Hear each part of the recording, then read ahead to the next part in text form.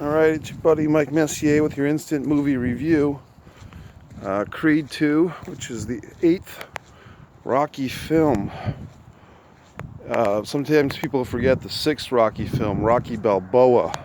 So there was Rocky 1 through 5, Rocky Balboa, which I think was in 2006. I guess it was two years ago, 2016, we had Creed, and now we have Creed 2. I like these movies. You know, I think these Creed films, 1 and 2 or just Creed and Creed 2, they didn't have that cartoony aspect that we saw in basically Rocky 3, 4, and 5. Rocky Balboa had a serious tone, and now we have a serious tone in Creed and Creed 2. So do you want spoilers or not? I mean, I'll give you the non-spoiler summary first. See this film if you're part of the Rocky family of film fans.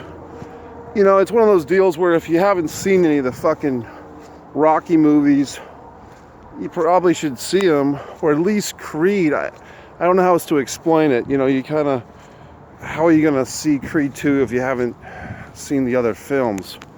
And sometimes people do that in this day and age. My father took me to see The Godfather 3, and I was very small, and I had no clue what the hell was going on, but he wanted to see it. So, if you're out there, if you have a son or a daughter, and you want to introduce them to the world of Rocky and Creed, don't just take them to see Creed 2. You have to give them the back history, which means 7 other films. But that being stated, does this film continue the legacy? I think it does. I think it's a successful film.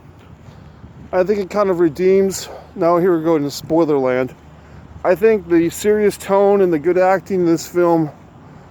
A friend of mine takes great issue with Rocky 4 and the way the Russians and everything are portrayed.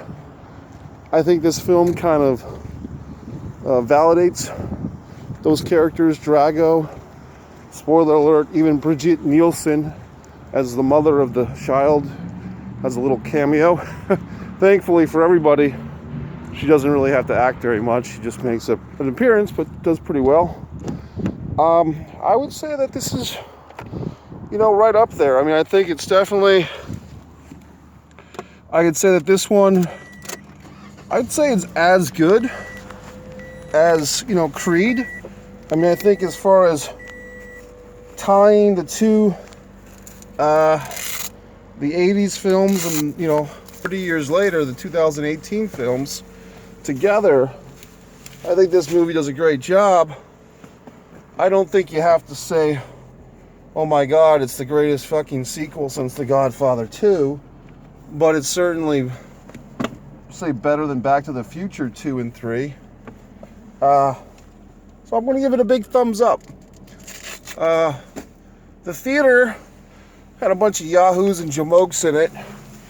Just fucking, looks like white teenage guys or college guys, a bunch of fucking assholes. But they were relatively quiet. I mean, that's their generation. But they put on their fucking cell phones several times during the film, even though the fucking beginning of the movie tells y'all many times not to do that. Did I like the movie? Yeah. I mean, I don't think I have a big interesting take on Creed 2, other than I enjoyed it. They did a good job. They left it open, for more movies. They left our guy, Creed, Adonis Creed, as, spoilers, a champion, a father, a husband. His wife, progressive, still playing she's not quite deaf yet, like, she can still sing for now. Maybe the next one she'll be fully deaf, and I'm not trying to be crass or crude, but just say that that's one of their emotional hooks, is this whole deaf angle. Tessa Thompson, probably one of the most attractive women in films these days, unbelievably gorgeous woman, great actress too. Felicia Rashad, nice to see her, cleaning her, not to say that it's her fault, but I mean, it's nice that she has this vehicle outside of the Cosby Show, because, obviously Cosby and all the hoodwinks and the hijinks of Bill Cosby leaving a poor asterisk on her career. It's nice to see that she has the Rocky Creed universe, if that's what you fucking want to call it, to call her own. She does a great job as the mom of Adonis Creed. It's one of those deals where, like, sometimes some of that 80s hokiness. Now spoilers, when in the main event, the second fight, when the Creed is down on his fucking hands and knees trying to get up, and the camera goes to fuzzy a little bit, and they show these footsteps in the background, and it turned out to be the referee, who's kind of walking around checking on Creed, the Russian referee. For a glimmer of a moment, for about 2 or 3 seconds, I said, man, is that going to be like a dream montage of Carl Weathers as Creed, as his father? In a dream montage. Are they going to go there? Which I think they went with Rocky 5, with fucking Rocky in the gym and he saw Mickey. They did not do that, which I think is a good move, but I kind of had that hokey bone in my body. Like, it'd be kind of cute if they had, it really just, for me, it's a nice way to give fucking Carl Weathers a paycheck, because I kind of feel like the sad irony of the Creed series of films is that the legacy of Apollo Creed, played by Carl Weathers, he doesn't get to cash in unless they're giving him some paycheck or something, but they're not using flashback. And then they're using very minimal flashbacks of Creed, Apollo Creed, Carl Weathers. And he doesn't get to shoot anything because he's dead. So the irony being that, it's his character that we're all kind of enjoying the legacy of, but he's not around to enjoy it. Some emotional points are, you're watching this fight, and, you're watching the history repeats itself and trying to redeem history and all this shit. And the greatest irony of all is that, spoilers, Drago throws in the towel to save his own son from a beatdown, which, of course, Rocky did not do, for Apollo. So it's kind of an interesting statement of, when you're beat, and you don't want your buddy or your son to get killed.